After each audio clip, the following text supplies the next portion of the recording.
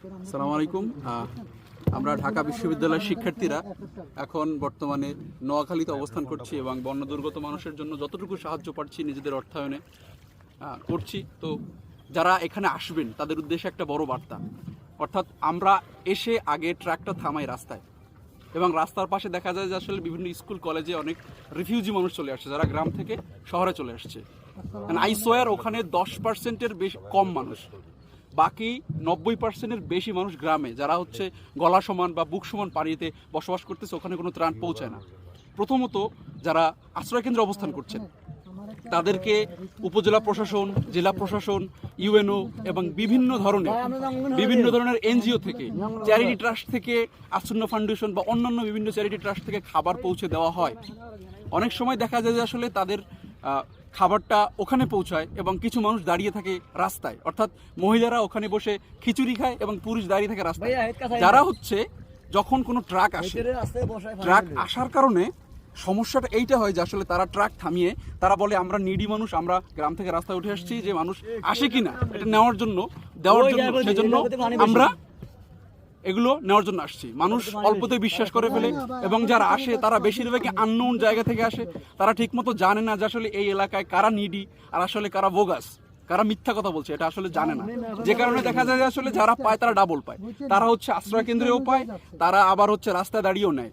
প্রকৃতপক্ষে আমরা এখন গ্রামে বের হয়েছি, এই জায়গাটা পুরোটা একটা মাঠ, এটা হচ্ছে ধান ক্ষেত, এখানে প্রায় 10 থেকে 15 ফুট পানি রয়েছে এবং আমরা এলাকাবাসীর সহায়তায় এবং জেলা প্রশাসনের সহায়তায়, উপজেলা প্রশাসনের সহায়তায় আমরা একদম নিডি মানুষদেরকে খুঁজে বের করছি, নিডি মানুষদের খুঁজে বের করছি, যেমন এই ভাই আমাদেরকে সাহায্য করছেন, এবং তার মাধ্যমে আমরা প্রকৃতপক্ষে যারা পাওয়ার যোগ্য যারা প্রকৃতপক্ষে আমরা তাদেরকেই দেওয়ার চেষ্টা করছি।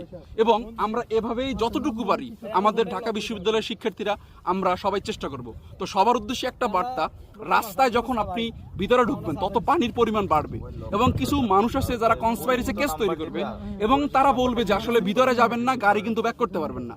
তারা বলবে এখানে ডিস্ট্রিবিউশন করে দেন, ভিতরে যাওয়ার কোনো পথ নাই। আপনারা প্রথমে এলাকাবাসীর সাথে কথা বলবেন বা আগে থেকেই পরিচিত কারোর সাথে কথা বলবেন, ঢাকা ইউনিভার্সিটির ব্যাচমেট হোক বা সিনিয়র বড় ভাই হোক বা জুনিয়র হোক বা এলাকার পরিচিত কারো হোক, তার মাধ্যমে কমপক্ষে 2 থেকে 3টা নৌকা ম্যানেজ করবেন।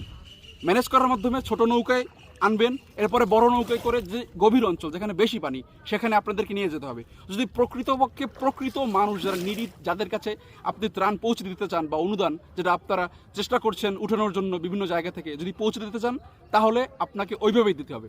রাস্তায় বসে দাঁড়িয়ে দেওয়ার 99%ই ভুল হয় এবং দেখেছি বড় বড় ফাউন্ডেশনেরও ভুল হয় যে আসলে তারা রাস্তায় বসে যারা বড় লোক মানুষ, যারা রাস্তায় শহরের মধ্যে থাকে সেই মানুষগুলোকে দেয়। তো প্রকৃতপক্ষে সবার কাছে একটা আমার রিকোয়েস্ট এবং মেসেজ থাকবে যে আসলে আপনারা সরজমিনের সব ফিল্ড বিবেচনা করে এবং হচ্ছে প্রকৃতপক্ষে এলাকার মানুষের সাথে কথা বলে এবং হচ্ছে কে পাওয়ার যোগ্য কে পাওয়ার যোগ্য নয় এগুলো ডিস্ট্রিবিউট করে এবং যত পারেন ভিতরে চলে আসবেন, মানুষের কথা শুনবেন না, ভিতরে চলে আসবেন। ভিতরে চলে এসে সবাইকে দেওয়ার চেষ্টা করবেন এবং যারা যারা প্রকৃতপক্ষে পায় তারা চেষ্টা করবেন। আমরা যখন শুরু করেছিলাম তখন সেখানে 3 ফুট পানি ছিল, কিন্তু আমরা 20 ফুট পানির মধ্যে আছি, অর্থাৎ এই পাশে আরো 20 কিলোমিটার গেলে, আরো যদি 20 কিলোমিটার যায় তাহলে আরো মানুষ আছে এবং তারা প্রকৃতপক্ষে ত্রাণ কি জিনিস, অনুদান কি জিনিস, সাহায্য কি জিনিস জানেই না। শহরের মানুষ যারা রাস্তায় আছে, হাইওয়েতে আছে, তারা আসলেই ভাগযোগ করে নিয়ে যায় এবং তারা সিরিয়াল দাঁড়ায় থাকে এবং তারা এমন চেহারা নিয়ে দাঁড়ায় থাকে আসলে না দিয়ে পারা যায় না, কিন্তু তারা প্রকৃতপক্ষে ফ্রড এবং মিথ্যা। এইভাবে বর্তমানে অনুদানের আমরা ঢাকা থেকে বা বিভিন্ন অঞ্চল থেকে গুছিয়ে আনি, কিন্তু এই ফ্রড মানুষদের কারণে 99.99% একদম ভুল পথে আমাদের এই অনুদানটা চলে যায়। তো প্রকৃতপক্ষে প্রকৃত ডেটা নিয়ে, প্রকৃত উপাত্ত নিয়ে, তথ্য নিয়ে এলাকার মানুষের সাথে পরিচিত কেউ থাকলে তার সাথে কথা বলে অরিজিনাল ভাবে একদম প্রকৃতপক্ষে যাদের দরকার তাদেরকে দিতে হবে।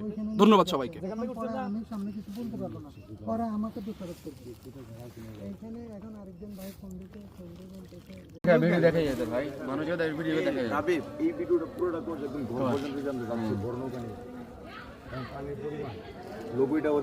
এখানে আশ্রয়কেন্দ্র কোথায় যাবে মানুষগুলো?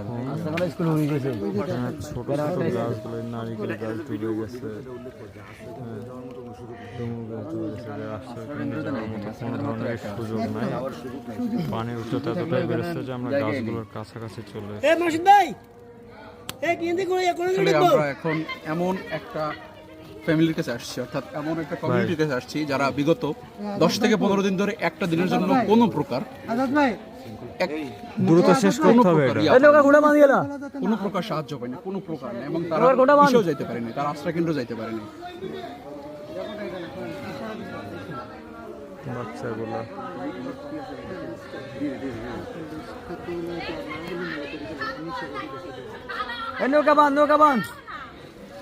নৌকা বান